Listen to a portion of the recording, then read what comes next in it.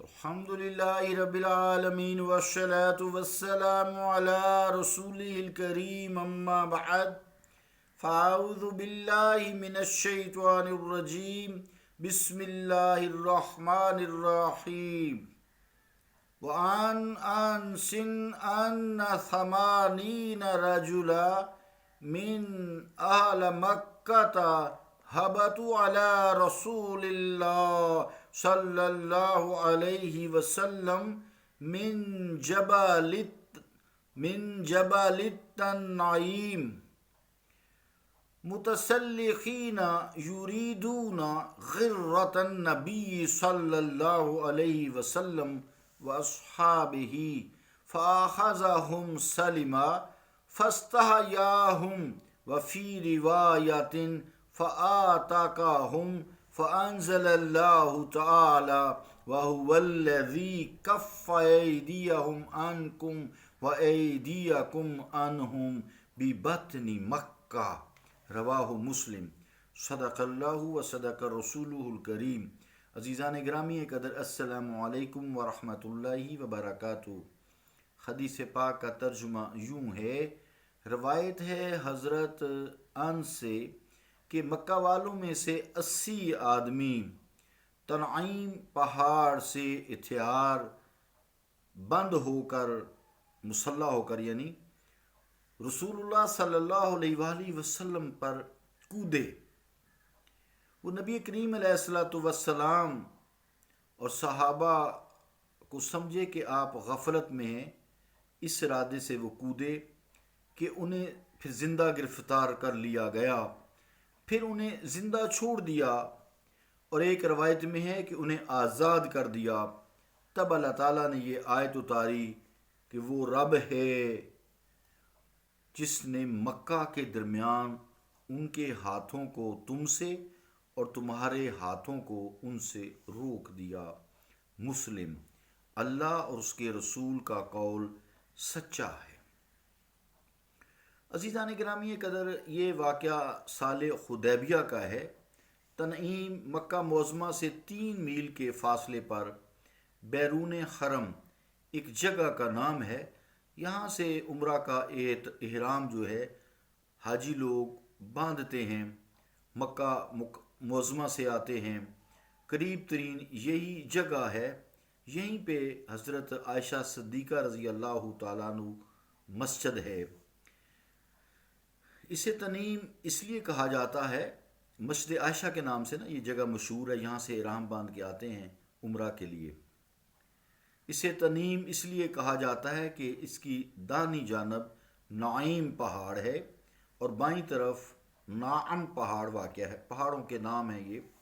اس جنگل کا نام نعمان ہے، تو اس لیے اس کو جبل تنعیم سے موسوم کیا گیا ہے۔ عزیزان گرامی قدر 80 آدمی کفار کے تلواروں، ڈھالوں اور ہتھیاروں سے مسلح تھے۔ ان کی یقیناً نیت خراب تھی۔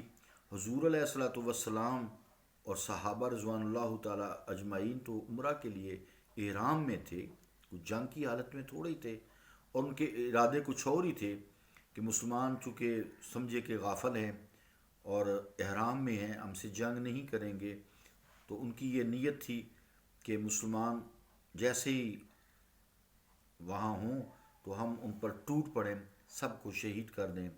حدیث پاک میں لفظ جو ہے غرہ، تو یہ غین کے کسرہ سے یعنی غفلت اور فریب، یعنی مسلمانوں کو انہوں نے فریب دیا یا مسلمانوں کی غفلت سے فائدہ اٹھانا چاہتے تھے۔ پھر لفظ جو ہے سلم ہے، یہ کسرہ یا فتح سے ہوتا ہے، اس کا مطلب ہوتا ہے سلم کا سلامتی، اطاعت، سپرد کر دینا، جیسے کہ اللہ تعالیٰ فرماتا ہے وَاتَّقُوا إِلَيْكُمُ السَّلَامَ، اور فرماتا ہے وَرَجُلٌ سَلِمَ۔ تو لِرَجُل جو لفظ ہے یہ ایک اور ایک سے زیادہ پر بولا جاتا ہے۔ عزیزان گرامی قدر، یہاں اس کا مطلب ہے سلامتی یا اطاعت، دونوں ہی استعمال ہوتے ہیں، یعنی وہ سارے کے سارے سلامتی کے ساتھ صحیح سلامت متی و فرمان بردار جیسے ہوتا ہے، اس طرح انہیں گرفتار کر لیا گیا کوئی خون خرابہ نہیں ہوا، کوئی جنگ نہیں ہوئی. یعنی حضور علیہ الصلوۃ والسلام نے جب انہیں گرفتار کیا انہیں قتل نہ کیا اور نہ ہی قیدی کیا، بلکہ انہیں چھوڑ دیا تاکہ ان پر اپنے ظلم کا احساس ہو اور حضور علیہ الصلوۃ والسلام کے احسان اور معافی کا اثر پڑے. اگر یہ احسان نہ کیا جاتا تو کفار سے پھر یقیناً جنگ چھڑ جاتی، خون خرابہ ہوتا، اور سارے صحابہ اور آپ جو ہے وہ تو احرام میں تھے.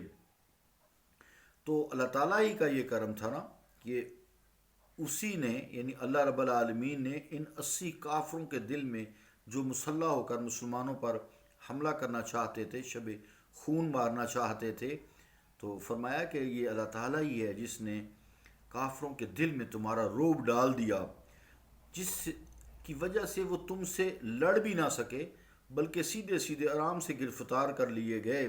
اور تمہارے دل میں پھر رحم و کرم ڈال دیا اللہ تعالیٰ نے، جس سے تم نے انہیں قتل نہ کیا، یعنی ان سے بدلہ نہ لیا، انہیں قید کر لیا اور قید کر کے ساتھ ہی چھوڑ دیا، یعنی پکڑ لیا، پکڑ کے چھوڑ دیا، مستقل قیدی بھی نہ انہیں بنایا، چھوڑ دیا، جس کا نتیجہ آخر کار صلح ہوا. اور صلح حدیبیہ آپ سب لوگ جانتے ہیں. اس جگہ کو بطن مکہ اس لیے فرمایا گیا ہے کہ مکہ معظمہ سے حدیبیہ بہت ہی قریب ہے، حتیٰ کہ اس کا ایک حصہ حرم شریف میں ہی واقع ہے.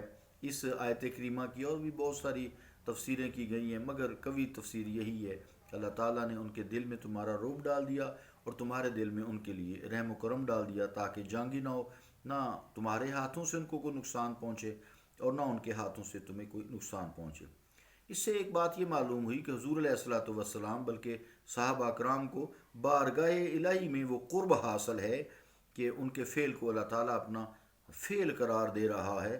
کہ یہاں اس آیت کریمہ میں رب نے جیسے کہ فرمایا کفا ایدیکم، کفا ایدیکم.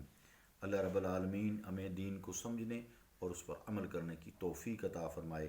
صلی اللہ تعالی علی رسول خیر خلقہ محمد وعلی آلہ واصحابہ اجمعین برحمتک یا ارحم